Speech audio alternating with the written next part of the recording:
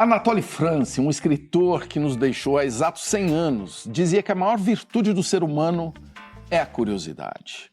Um personagem dele disse assim: ensinar é a arte de despertar a curiosidade natural de mentes jovens com o propósito de serem satisfeitas mais tarde. A minha convidada ocupa os palcos com o objetivo de atiçar mentes, jovens ou antigas. Diretora, dramaturga, atriz e, sobretudo, professora de teatro. Há quase 6 décadas, Eugênia Tereza de Andrade, bem-vinda ao Provoca.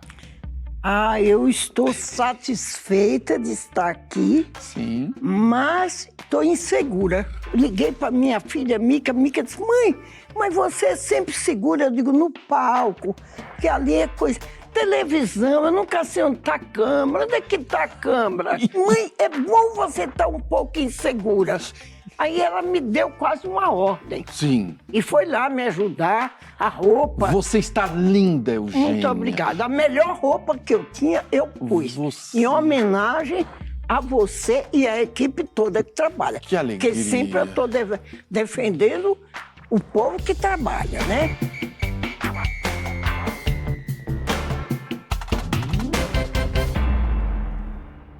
Este é o Provoca, no ar para todo o Brasil pela TV Cultura e emissoras afiliadas e também pelas telas das plataformas digitais e no app Cultura Play. Você pode ainda nos ouvir em podcast no Provocast, no seu tocador preferido.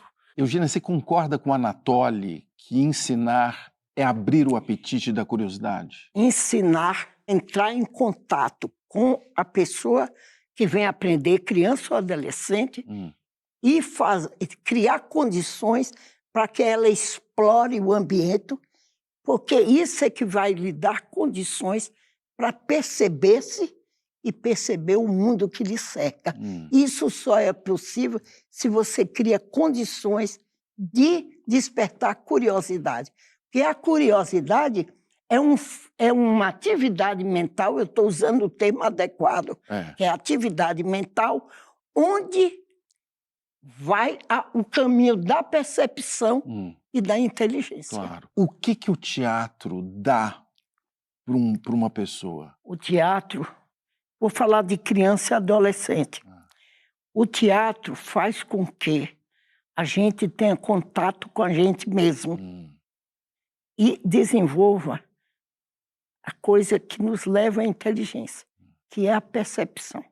A percepção de quem sou eu, de quem é o outro. Sim. E desenvolve a linguagem, porque a linguagem do gesto, que você resolve coisa pelo gesto, pela palavra, entendeu? E ele é uma atividade integradora. Que está ali, né? Ali, e outra coisa, eu sempre dei aula, nunca tinha coisas que eu tinha mesmo da minha filosofia.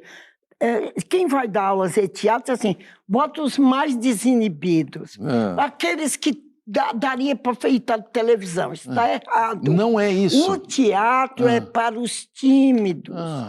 Descobri dando aula, pessoas tímidas, elas têm muita imaginação. Olha só. E têm capacidade. É que elas têm um esquema, um pensamento muito crítico e de muita censura do que o outro pensa. Por isso, então, né? Meus alunos sempre assim, um criativo com o outro menos, o outro mais inteligente, o outro integrador. Tá. Você imagina que durante a ditadura, eu dava aula no Experimental da Lapa, era uma beleza, 3 aulas por semana.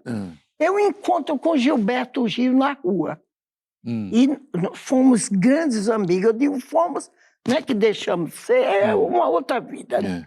Encontrei Gil, estava vindo do exílio. Gil, e tudo, aqueles abraços, aquela coisa. Eu digo: onde você está indo? Sempre com o violão debaixo do braço. Eu digo: Gil, não quer ir na escola falar para os meninos? Vou. Ele, inclusive, não está sendo chamado para nada.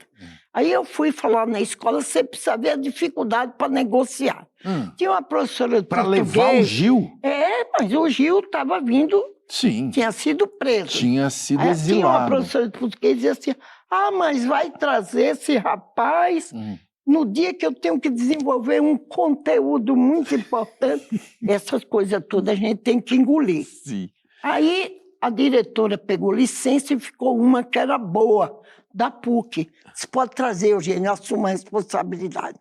Aí o Gil foi lá, e não era as turmas que eu tinha mais desenvolvido. E era turma que estava fazendo histórias, projetos elaboradíssimos, sofisticados. Aí eu pedi para eles apresentarem para o Gil, Gil sentado no chão, viu e disse, agora eu vou mostrar a vocês como se faz música. Aí mostrou para ele o 222. Oh, Expresso 222. O Expresso 2. Aí disse assim, olha, quer ver o 2? É como aquela história que você fez assim. Como que é a música que você fez em homenagem à escolinha? Assim, nunca mais, volta aqui, nunca dá. O que o ensino de arte na escola pode fazer para transformar um país? Esse país seria outro. Nós não estaríamos nessa situação, não. Porque a arte desenvolve em você uma segurança, uma capacidade de que você imagina. E se você imagina, você pode fazer. Você diz que não estaria nessa situação. Qual é a situação? A situação é grave, de violência. Marcelo. A violência. De ignorância. Como é que um menino novo que mora numa favela, tem 14 anos, vê a propaganda de um tênis, Nike ou o que for, e ele não tem vontade de ter isso? E se ele roubar um gravador, um celular, não vai poder comprar? Essa gente não enxerga, nem quem vai ao poder, não estou pensando de gente reacionária de direita, mas não saber que o desejo é uma coisa, gente, Freud é antigo. Ele precisa ser elaborado. O desejo tem que ser respeitado, o desejo. Tem. Porque o que ele está desejando é uma coisa que você, o seu filho... Todos nós. Eu desejo. Todos nós. Aí eu quero contar para ele... E precisa entender que ele não tem que a saída para ele ter o tênis não é roubar. Sim. Mas isso é a escola. Como é que um professor ganhando o que ganha, essa escola vai mudar? Quando eu era criança no interior da Bahia, minha professora ia de meia, sapato alto. Eu queria ser professora, porque eu digo, vou ganhar o dinheiro. Sim. Elas eram gente Você importante. almejava ser professora? Meu sonho sempre foi ser professora.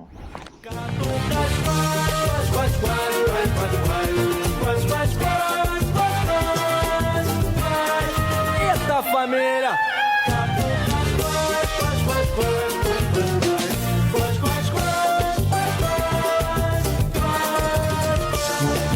Uma tem medo de barata! Você tem um projeto, 7 leituras, 7 autores, 7 diretoras. Ele existe há 17 anos. 18 anos. De onde veio essa ideia? Leitura é diferente de montar uma peça. O que é isso? É o seguinte, a leitura, quando eu fiz, foi para satisfazer e me ver livre de minha filha Mica. Sim. Porque Mica adora leitura. Aí ela dizia, mãe, propõe o Sesc. Eu digo, Mica, propõe você. Porque você não propõe? Porque eu não gosto de leitura, Mica. Aí eu comecei a bolar uma leitura que eu gostasse de ver.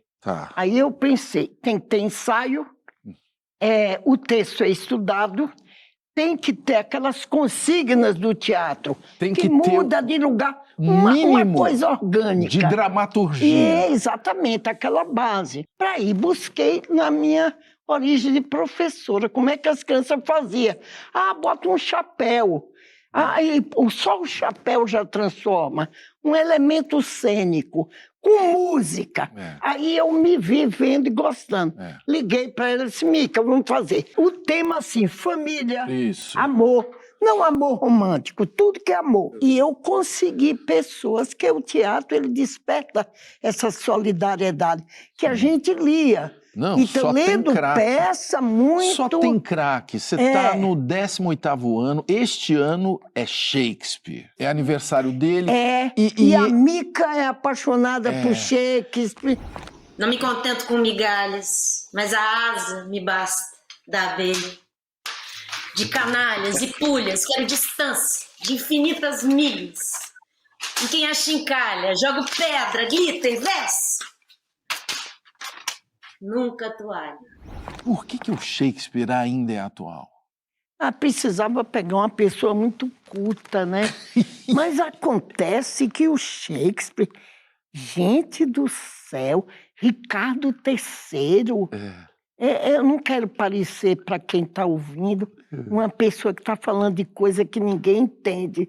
Ricardo III é um personagem, sou apaixonada.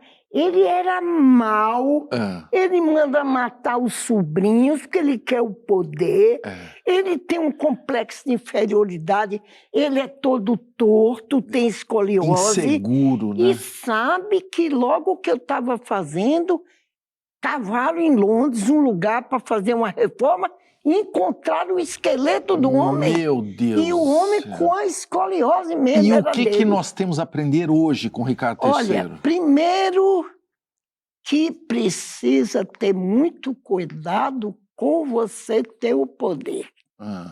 O poder faz o quê? O poder, ele corrompe mesmo, ele desenvolve uma coisa de nos tirar dessa precariedade. Marcelo, nós humanos somos precários.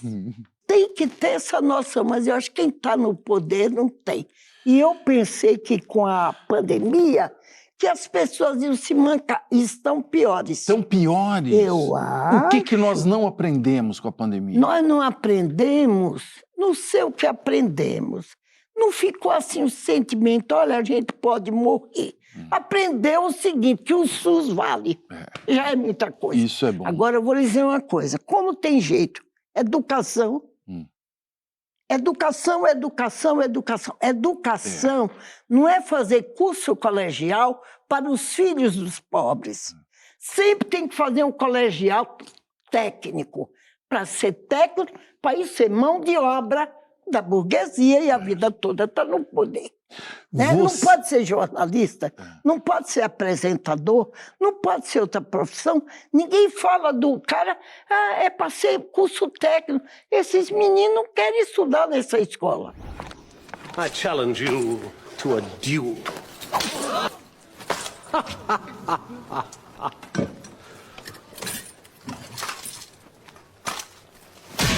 I accept.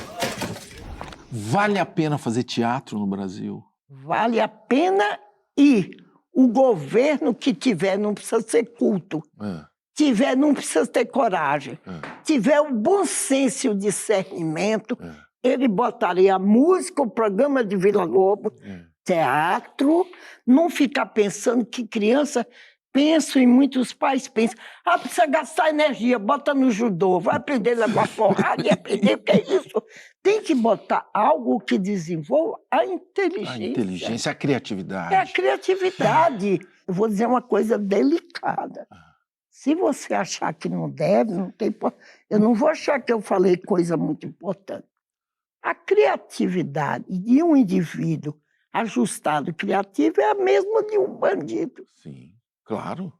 Eles estão resolvendo... Eles inventam. Estão resolvendo problema. Eles estão resolvendo problema e como sabem. Agora, o encaminhamento que deu, que nós somos responsáveis, é o encaminhamento da perversão e de se vingar dessa sociedade. Que o indivíduo é rico, fica cercado de coisa e pensa que ele... Que está protegido. Não, que ele está protegido. Eu tinha uma aluna milionária que tinha avião. Eugênia, eu morro de medo. Aí eu blefei, né? Fiz teatro. Depois eu não tenho medo nenhum. Ela disse, não. Eu digo, não, eu não tenho joias. Se apareceu um desse para me roubar, eu digo, companheiro, quer levar escolar? Foi da minha avó. Se você quiser levar, pode levar. Esse colar aí... entendeu? Não, esse eu não posso. Esse daí eu tô vendo que não é qualquer colar. Não, esse daqui, meu filho, é uma coisa delicada. A Mica que me fez vir com ele. Que colar é esse que você escolheu? Eu não vinha com ele. Vir aqui hoje? É cristal tcheco. Meu Deus. Foi me dado por um grande amigo que era comunista. E ele, do Partido Comunista... Quem é esse amigo?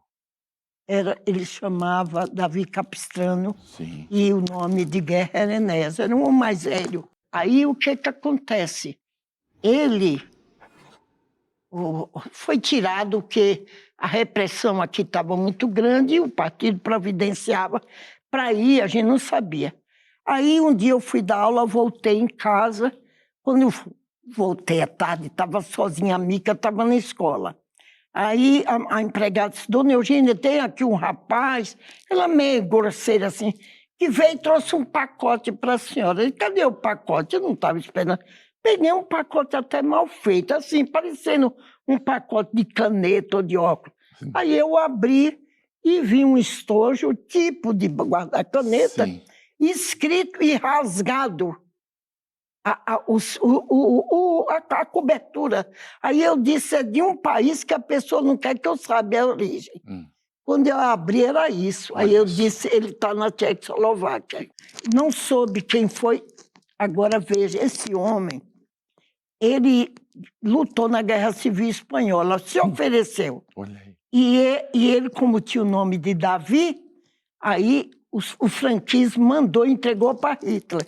Ele teve num campo de concentração nazista, os franceses fizeram uma troca de prisioneiros franceses com os nazistas e ele foi salvo. E esse homem, ô Marcelo, você me obrigou a falar isso.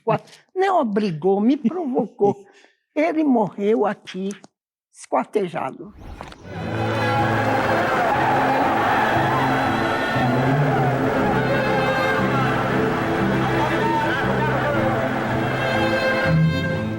Que tristeza, Quando eu né, conversava Eugênia? com ele, nunca falávamos de política. Arruma esse colar agora pra gente ver ele aí. Sabe que Mica escreveu um artigo sobre o colar na Folha? Olha aí. E foi lido no Congresso, Olha só. o artigo. E ele está aqui hoje. Pois é. Este colar. Ai, Davi. O pessoal, vocês estão vendo aí, a minha convidada, a dramaturga Eugênia Tereza de Andrade, ela tem mais histórias do que o Walt Disney.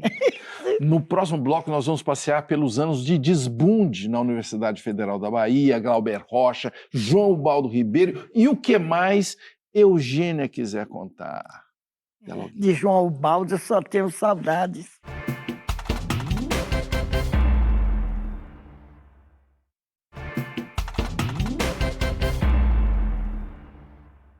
Ficava em Petrópolis a Casa da Morte, um centro clandestino de tortura e execução de ativistas montado pela ditadura militar brasileira. Segundo os números oficiais, 22 pessoas morreram lá dentro. Só uma sobreviveu, a ativista Inês Etienne Romeu, que passou 96 dias sendo torturada. A história dela está em Medida Protetiva, peça da minha convidada, Eugênia Tereza de Andrade. Eugênia, como que essa história da Inês chegou até você? A história dela eu vi no jornal, na época, não me lembro. Certamente um jornal que podia publicar. Né? A conheci e ela foi ver uma peça minha que eu fazia no estúdio. Mas quando ela disse que queria ver, eu disse, Inês, é uma peça que tem tortura, é sobre um caso alemão.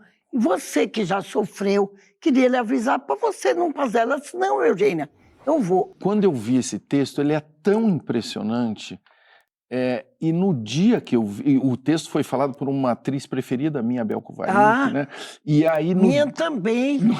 Eu mandei para ela, eu disse, você vai fazer o texto mais importante. Mas aí, no dia que eu vi o texto, o Marcelo Rubens Paiva estava na plateia, e aí aconteceu o quê? Esse foi o último cara que viu o pai do Marcelo. O pai dele. Esse indivíduo... Ele se chamava Lobo. Lobo, lá... Doutor Lobo. E lá ele botou o nome de Carneiro. Carneiro. Isso é que é extraordinário. O indivíduo, você veja que perversão. Na hora ele era Carneiro na hora da tortura. Da tortura. Ela, inclusive, foi estuprada cerca de 3 vezes. Qual era o papel dele na tortura? O papel dele é sempre, no caso dela, e eu já tinha relato de outras pessoas da tortura aqui. É o seguinte, ela ali, o que tem no texto meu, eu digo exatamente, Teve uma das vezes que ela não suportava mais, fazia frio, tanto que meu texto chama Petrópolis às vezes faz frio. Ela deitada no chão, sangrando, tinha sido estuprada e estava em urina, tudo, a coisa, o excremento ali. Ele veio e ela disse, isso ela me falou, ela disse assim, doutor Carneiro, eu não aguento mais, eu não suporto mais. Aí ele ouviu, quieto, vieram 2 torturadores e ele disse apenas o seguinte, ela suporta mais. A ditadura acabou assim, há 40 anos e agora tem um fantasma de novo. Tem gente defendendo a ditadura, por quê? Mas não sabe o que é. Eu acho que a falha está na educação. Você fala que às vezes prefere ver programas policialescos. Eu vejo o programa, eu espero que quem esteja me ouvindo não se choque. E se chocar, reflita. Se essa pessoa que está aqui tem cara ou tem algum aspecto de violência. Eu vejo Cidade Alerta e via da Atena. Porque da Atena uma vez falou uma coisa, me tocou, disse assim, estão matando nossas mulheres.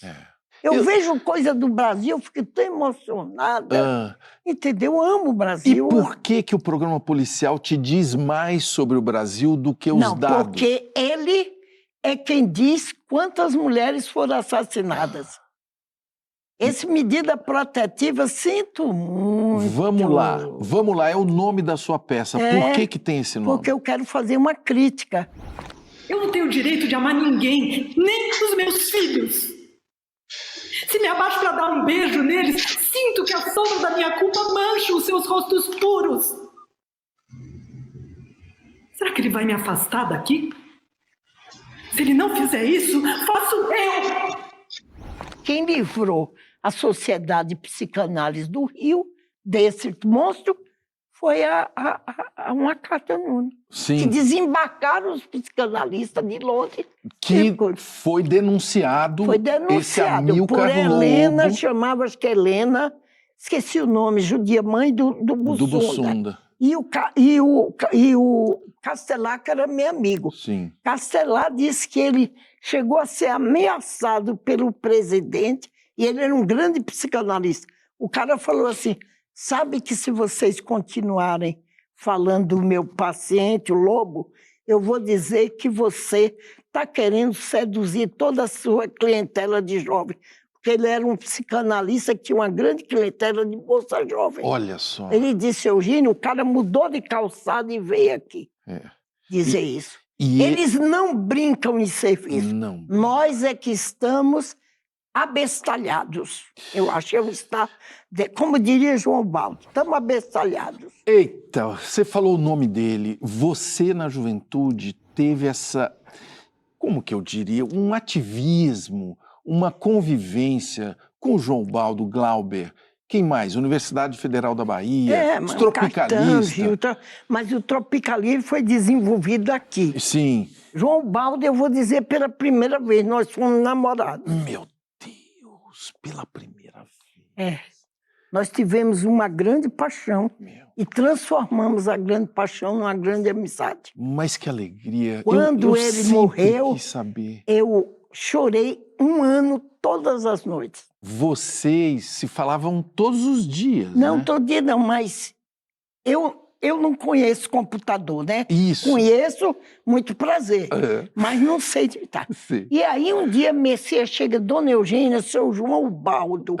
Aí eu disse, como? Como assim? Lá no... A senhora precisa ir lá no computador. Fiquei olhando e esperando que aparecesse. Aí apareceu uma voz. Disse, Messias, ligue as caixas.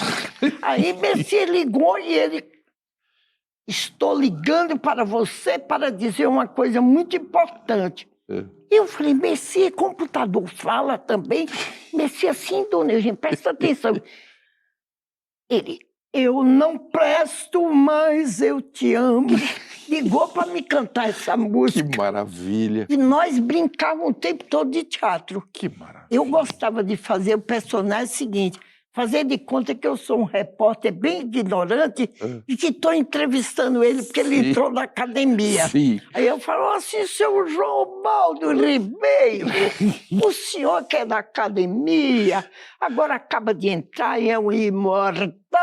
E ele dizia absurdo. Ele explicava. Não, ele explicava, mas ele citava o Padre Vieiro. Mas a gente ria demais. Ô, Eugênia, Que saudade. você falou muito rápido aí, eu fui namorada de João Baldo, mas quando que foi? Ah, lá na Bahia. Lá na Bahia. Na Bahia. Na Federal. É, ele já era jornalista, porque ele trabalhou muito cedo. Sim. Ele estava se formando. E teve um tempo que nosso romance era clandestino. Clandestino? Eu acho que a clandestinidade ela é erótica. Sim. Muito interessante esse Mas negócio. por que era clandestino? Não vem ao caso. Não vem ao caso. É. Não dá pra contar Marcelo tudo. quer saber Eu quero demais. saber, porque eu percebo. Eu vou ligar pro diretor dessa instituição aqui e dizer... Eu percebo um o senhor afeto. tenha cuidado com o Marcelo. Eu percebo um afeto muito importante. É por isso que eu tô Sim, perguntando. não, eu tinha por ele e outra coisa. E teve um tempo que eu fiquei com ele e outro, 2 namorados. Oh, meu Deus. Então, eu namorei bastante. E aí, o que aconteceu? Não era o Glauber, Ele não, né? mandou um recado na escola de teatro, que eu estava ensaiando, pelo Glauber. E o Glauber Rocha não é essa pessoa que criaram. Porque ali foi um momento. É. Ele era muito quieto, ele mais ouvia. Não me diga. É, aquilo lá daquele programa Abertura. É fumo, alguma coisa. É. Aí ele mandou um recado. E o Glauber não era... Eu conhecia muito... Que eu tive até um namorado que morou na pensão da mãe dele. Nós Sim. morávamos Em perto, Salvador. na Bahia, Salvador, na rua Labati. Boa noite, pais de família do Brasil. Protejam seus filhos porque o super-homem vem aí. O super-homem vem aí para enfrentar as máscaras do terror imperialista, do terror tecnológico. É preciso usar as máscaras da macumba brasileira. É o artesanato contra a tecnologia. O encontro deu errado. Aí o que acontece? Me chega João Baldo notorário, fugindo de um jornal. Tudo na Bahia era de uma coisa... Aquilo lá, assim, uma grande sensualidade. Sim. Maravilha. Aí eu briguei, eu era muito desaforada. Entendeu? Me curei bastante. Me curei bastante. Muita terapia, muita psicanálise. Aí eu fui xingando ele, não xingando, porque na época não podia falar nem merda para namorar. Ele foi andando e eu atrás, não quero não tinha você. Aí, no Canela, na rua ali, dá pro Campo Grande, que é onde fica o Teatro Castro Alves. Aí, quando chegou na esquina da rua, eu digo, e você? Não, mas eu mandei o recado por Glauber, era a pessoa que eu podia mandar. Eu digo, mas como é que você quer encontrar comigo, dizendo que morrendo de saudade, e você manda um recado por um perturbado? Porque para mim, Glauber era tipo perturbado. Escolheu o mensageiro na errado. Época, aí ele falou, mas o que é isso? Era onde que eu podia confiar. Nisso nós entramos na praça. E eu na frente, tomei a frente dele. E a praça, naquela época, tinha muita areia. Eu me lembro, o pé foi enganchando, quer dizer, ficando preso na areia, e eu andando e ele atrás. Ele não andava mais rápido, porque eu era treinado. Quando chegou no meio da praça, meu pé já estava coberto de areia, e eu parei. Eu digo, não aceito essa desculpa e esse negócio de mandar recado por um perturbado. Repeti. Aí ele disse, sabe o quê? Eu me virei para dizer esse desaforo. Ele disse assim, Eugênia, vou lhe dizer uma coisa. Você, mulher, não tem a menor consideração. Fique você sabendo, eu serei um grande escritor e Glauber é um gênio. Olha. Aí eu ri, não teve jeito. Meu Deus. Quando ele recebeu o fardão, A única pessoa da Bahia que foi convidada fui eu. Olha só. Aí, quando ele estava lá suando, que estava calor, cheguei no ouvido, eu disse, tá lembrado disso? Que você seria um grande escritor. Não, ele disse primeiro, Glauber é um gênio, e eu serei um grande escritor. Eu digo, eis que você é um grande escritor. O Eugênia, Tenho muita saudade. a Casa dos Budas Ditosos. Não gosto. Não gosta? Eu dei uma esculhambada nele. É cada mesmo? Eu disse, você não tem vergonha de estar escrevendo aquelas descarações, não, criança? Mas você não tem nada a ver com aquilo? Por quê? Com Eu teria... com esse texto? Não, imagina. Nada a ver. Eu tô sentindo aí que você ficou um pouco enciumada com esse texto. Não, imagina daquela descaração. É. Marcelo, eu sou uma pessoa séria. Entendeu? Eu sou engraçada, mas sou séria. Eu falei para ele, menino, ele só minha preta, ele só me chamar minha preta. Você não fica assim, não. Eu estou ganhando um bom dinheirinho com aquilo. É o que eu estou mais vendendo. Aí eu disse assim, então não vou mais reclamar. Entendeu?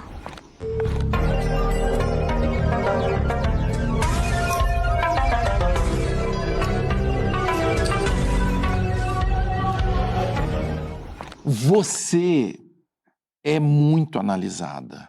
Me conta da importância da psicanálise na sua vida. Eu sempre fiz terapia. Desde quando? Eu tinha 26 anos quando eu comecei a fazer, fiz até recentemente. Aí, nos últimos anos, os últimos anos que eu falo é mais de 27 anos. Tá. Eu baixei num divã. Porque é o seguinte, você não sei se já ouviu falar, mas a gente fala que é importante, a Regina Schneiderman, mulher do professor Boris Schneider, tradutor. Sim, tradutor de russo para português, de obras importantíssimas. Regina Schneider era psicanalista e eu fiquei muito amiga dela, do Boris e dela. Fui até professora dela. Mas ela é mais velha do que eu dava aula de expressão corporal. Então, e ela, vendo o conhecimento que eu tinha, ela queria que eu fizesse parte do grupo dela para eu fazer leitura, porque eu tinha me formado em Laban, Rudolf Laban, que tem a questão do movimento de analisar. Eugênia, você vai colaborar. Mas eu percebi que ela queria que eu fosse psicanalista. Para quem está em dúvida dos efeitos de uma psicanálise para a saúde mental, o que você tem a dizer? Para mim, foi uma coisa do ramo do fundamental. Por exemplo, eu tinha dificuldade para cobrar aula. E eu dava aula de senso-percepção, com a coisa sofisticada. Entendeu? Eu podia ter ganho dinheiro em São Paulo. Teve um momento que eu era a única professora de expressão corporal em São Paulo com fundamento. Para você ter ideia, a minha cabeça, olha a dificuldade, né? Eu dava aula, vamos dizer, uma pessoa famosíssima. E que quando aparece como artista, está na cara que tem um trabalho de corpo. Sabe qual foi a condição que eu dei para dar aula? De não sair em nenhum jornal. Olha só. Porque eu não queria que me confundisse com guru de estrela. E eu odeio guru. Mestre, como eu faço para alcançar a luz? Aperta o interruptor, idiota. Eu vejo que eu percebo rápido as coisas. Tá. Olha, uma rapidez. Percepção. Eu tô dando diagnóstico em gente que aparece na televisão. Me dá um diagnóstico de algumas pessoas que a gente conhece. Vou lhe dizer de 2. Vamos. Não é mentira, porque minhas filhas são testemunhas. Eu não preciso de testemunha porque não minto. Tá. Ronaldinho, fenômeno, que hoje está assim. Eu não vejo futebol errado. Eu não sei Copa do Mundo para ficar com as pessoas comendo pipoca. Né? Então, em minha casa, todo mundo era envolvido em futebol. Tá o Ronaldo, fenômeno, jogando. Eu passei na sala e vi, digo, esse rapaz vai adoecer. Em seguida, ele teve na Copa. E não tem nada a ver com espiritismo. Ninguém vem falar de espírito, não. Tem a ver com o quê? Hein? Tem a ver com o quê? Com o meu conhecimento do corpo. Leitura corporal. Não, a leitura do Laban, e depois eu estudei troceutonia para o Brasil. Tem algum outro que você também bateu o olho e falou? Bati o olho no outro que foi... Esse é terrível. Ah. Vejo uma cena de um cara baixinho, assim, desse que musculatura e tal, com uma menina novinha que fazia uma menina que era cobradora de ônibus. Me chamou a atenção que ela fazia papel de cobradora, usava short. A novela da Glória Pérez. Tá. De novo eu passei, porque não parei. Olhei, fiquei vendo, eu falei, esse rapaz é muito violento, ele vai cometer uma agressividade. Essa mulher é irresponsável de deixar a filha dela nesse papel. Caramba, o Guilherme de Pádua. Que coisa, Eugênia. Isso é meio paranormalidade. Não tem nada. Nada de paranormalidade. Tem a ver com a leitura. Leitura e tudo. E de vez em quando eu não vou dizer mais não. Senão vai aparecer gente querendo se consultar Querer se consultar com você. É. Pode começar, Carlos. 5, 10, 15, 20. Que 30. É isso? É o seu dinheiro indo embora. Eu seria boa psiquiatra. Sim. Porque eu tenho facilidade de entrar em contato com o delírio do outro e não entro. Sim. Entendeu? Com distanciamento. Então, não tem perigo. É quase como teatro, mas não é teatro, porque Sim. aquilo é delírio. É leitura, é uma né? patologia. É. Entendeu? A psicanálise, ela tem um tempo, o indivíduo fica sentado e o outro falando. Falando. Perdi emprego, ou o chifre da mulher, ou eu estou apaixonado por fulano.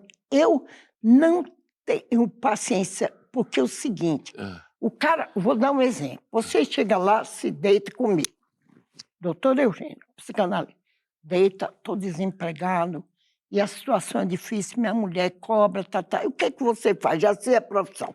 O indivíduo vai, sai, eu atrasaria a sessão, dou 2 telefonemas e arranjo emprego para a criatura. Marcelo, eu tenho uma característica que não foi... Os comunistas a gente aprende. Minha mãe, a solidariedade para mim é básico. Eu não tenho esse preconceito, essa coisa, o cara é pobre, o cara é assim, não. É um princípio de solidariedade que eu nem penso 2 vezes, eu já estou... Eugênia, mas vai ter mais, porque no próximo bloco nós vamos abrir o baú da comunista. Né? Desde a infância. É um perigo dela isso lá aí. no sertão da Bahia, até hoje, até o Copan, onde ela mora hoje, no centro de São Paulo. No prédio de Oscar Niemeyer. Né? Outro comunista. Até mais.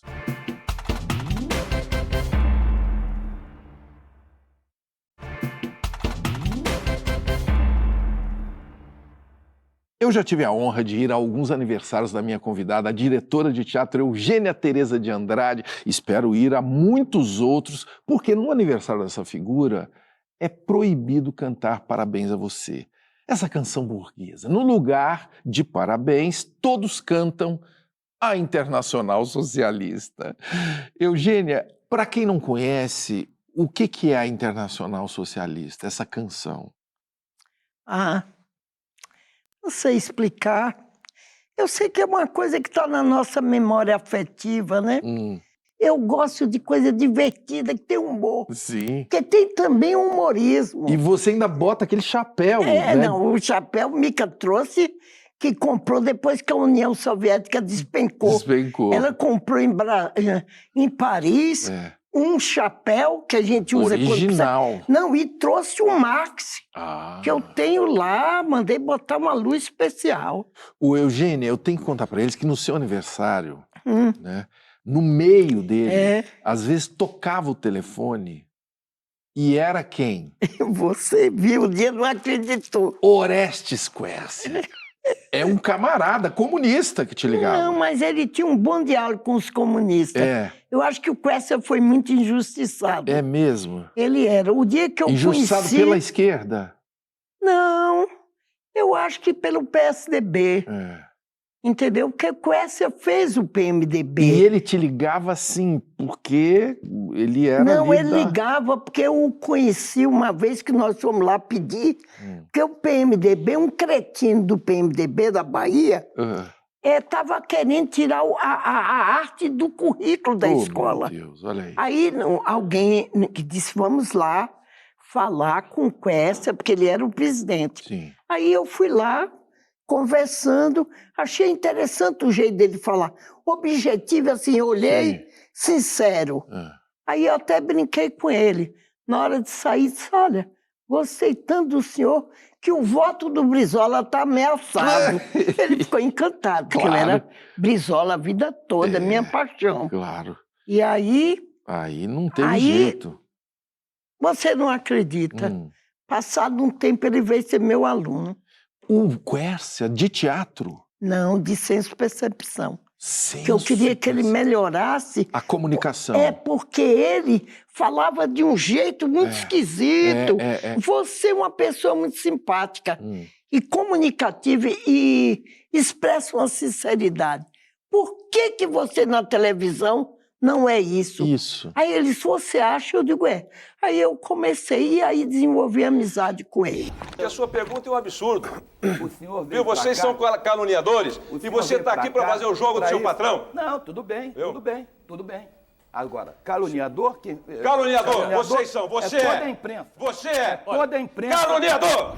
Geralmente, os políticos erram essa mão, né? Por quê? Na hora da comunicação. Eu falei agora para a Erundina, para ela falar com esse Boulos, que eu posso ajudá-lo. Ela disse, é difícil. A Mica pode ajudá-lo. Ele parar de falar aquela coisa, tudo no mesmo tom, no mesmo tono. Não pode, tem que falar assim como você está falando. Fala coisa baixa, se dirija a uma pessoa, porque isso, principalmente, já tem medo da esquerda. Aí vai pensar que ele vai vir. Ele vai devorar as criancinhas, exatamente. Não, comer criança, exatamente. Né? A fazer assado. Então, aí eu fiquei amiga do Quércia. No dia que ele morreu, eu tinha feito uma carta e ele não recebeu. Porque eu conversava, eu tinha confiança. Desperta confiança, porque eu não sou uma mulher tão assim como as mulheres. Eu acho que tem alguma coisa. Fica uma amiga minha diz, Eugênio, você conversa de homem para homem. E do que será que ela tanto ri? Ela ri da minha cara, da minha roupa, da sua roupa, do meu país. Você podia, por favor, colocar o seu telefone aqui, olha? Não. Quando você virou comunista? Eu acho que em Salvador, quando eu tinha uns 21 anos, quando eu entrei na escola de teatro. Eu conheci, tinha muita gente de esquerda. E tinha essas pessoas, e o CPC, que eu fiz parte do CPC, Centro Popular de Cultura. De Cultura. Fazíamos teatro. E eu fui... Agora, quando foi que eu mudei? É o seguinte, eu tinha... Essa foi a questão emocional. Que a questão foi emocional, o raciocínio em cima da emoção. Eu tinha muita admiração pelo meu pai. E eu achava, e era, que ele era um dos homens mais inteligentes daquele lugar. Né? Eu não entendia, para mim, criança, por que meu pai, sendo tão inteligente, os meninos da escola vinham pedir para ele ajudar a fazer lição. Por que ele não ganhava dinheiro para dar sapato para a gente para a escola? Sim. Essa falta de sapato, eu adorava a escola, encrencou que até hoje não desce. Olha só. Tanto que teve irmão meu que deixou a escola. Entendeu? Porque era tal dificuldade. Aí, quando eu tive contato com os comunistas e vi camponês que vinha para Salvador, levava surra, invasão de terra já tinha, mas não chamava invasão. Aí, as coisas que eram faladas, eu tive o que se chama insight, que eu diria, na linguagem da Caatinga, um lampejo. Sim. Eu disse, meu pai...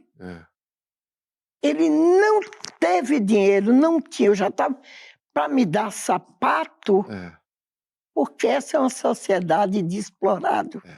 Existem os exploradores e os explorados. Meu pai é um explorado. Mas ele conseguia uma coisa porque ele era eletricista. Ele é eletricista e levava a gente para circo, para tudo. Isso. Ele, de graça. Por quê? Porque dependia dele a instalação de luz. Ele que tinha que ligar a Não, luz do circo. ele era o eletricista oficial. E aí ele tinha ele e um outro, seu Carlos, que bebia muita cachaça, tomava conta do motor. Sei.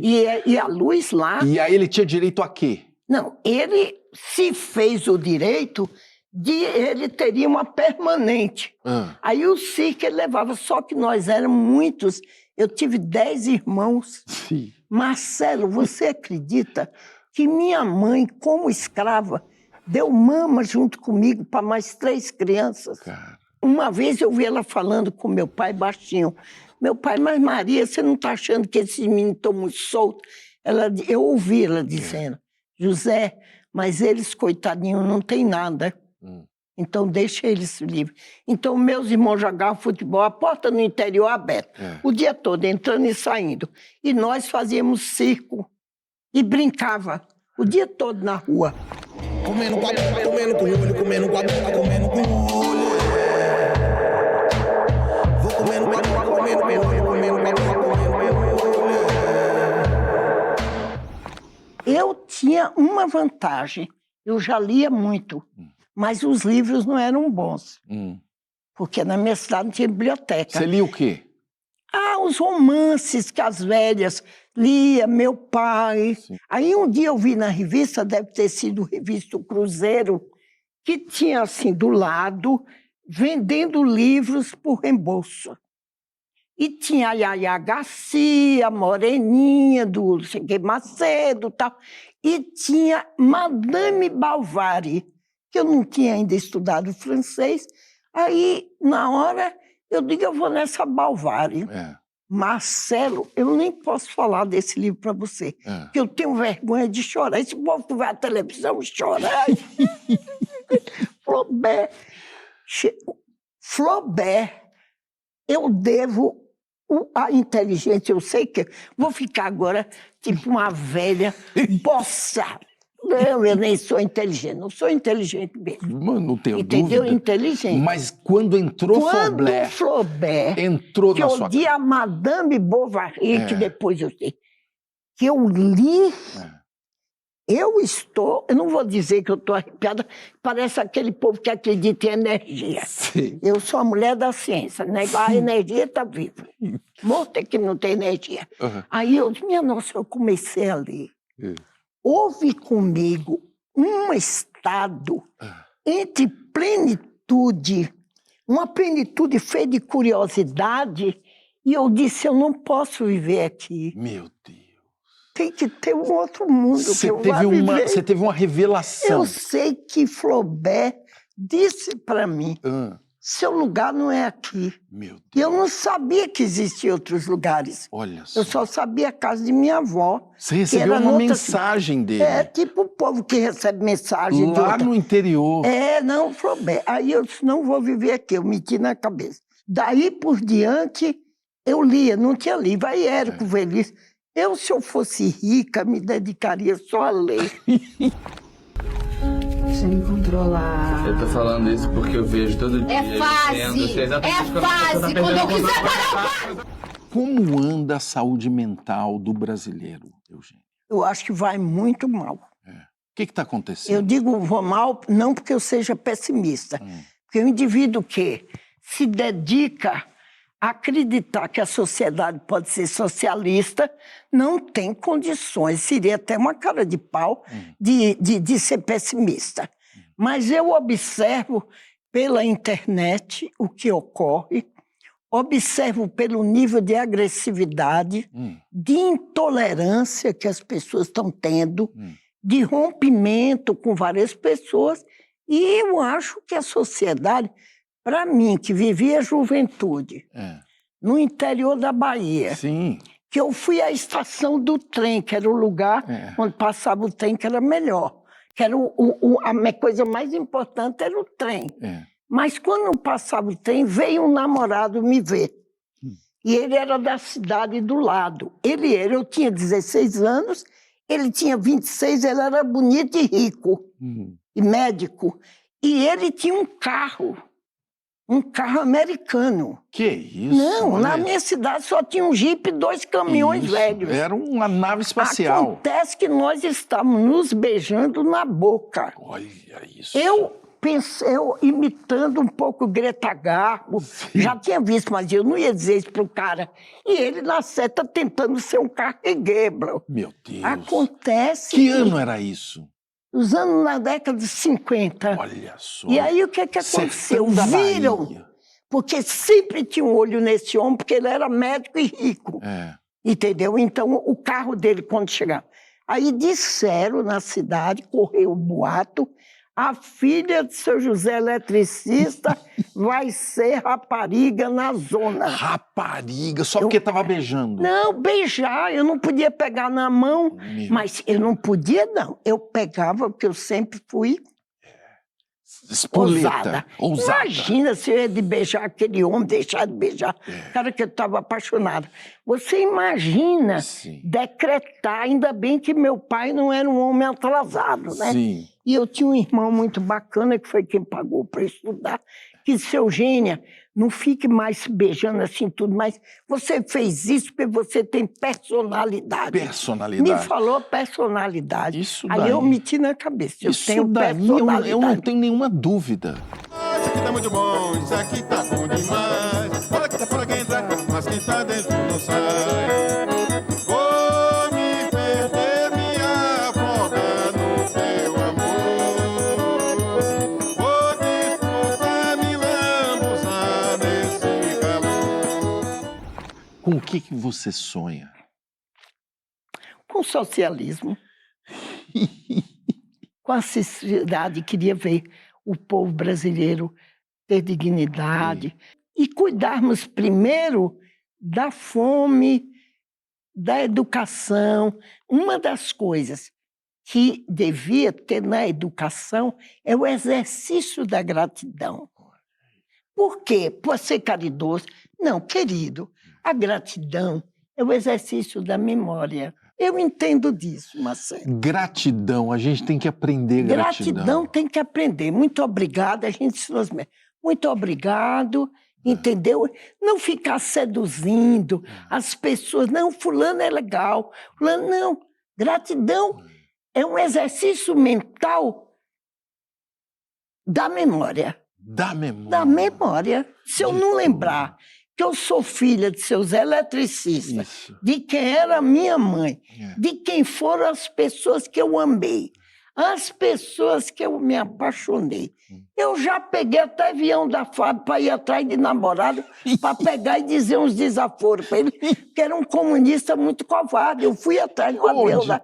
Onde você foi atrás dele? Eu fui dele no Rio, ele tinha vindo para cá, eu catei ele aqui. Você pegou a FAB para ele? Levei ele num apartamento e digo, me fale agora da moral burguesa. Me fez uma carta me dispensando. Eu digo, e você vai apanhar de uma companheira. Ele me tira a bofetada. Eu era o cão, Marcelo. Entendeu? Eu era o cão. Não. E eu medo que o avião da FAB começou a, quando chegar região de Vitória do Espírito Santo, começou a jogar, digo, meu Deus, o avião vai cair, e meu pai vai dizer como é quando morrer, como é que minha filha se meteu, o que a Eugênia estava fazendo no avião da aeronáutica. Para que ela pegou esse avião? Não, como é avião da aeronáutica, ele ia achar que eu tinha metido, não sei lá. Aí eu já fiz cada uma, não é brincadeira, não. Eugênia Tereza de Andrade, me diga, o que é a vida?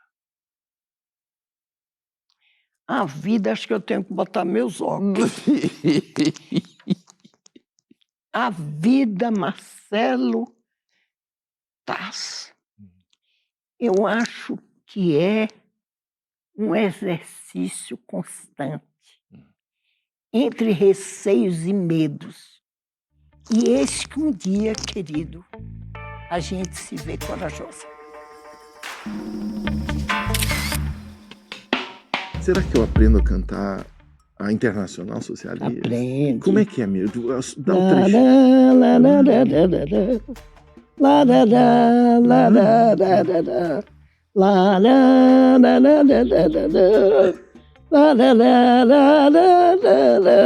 Eu adorei que você contou um namoro com o João Baldo. Porra! Finalmente! É, porque Messias, ninguém tira informação dele. Ele não fez uma foto bem Ele João foi, Baldo me beijando? ele foi um bom. Ah, é? Tem essa foto? Em primeira mão pra vocês. Era um bom namorado? João? Maravilhoso. Maravilhoso.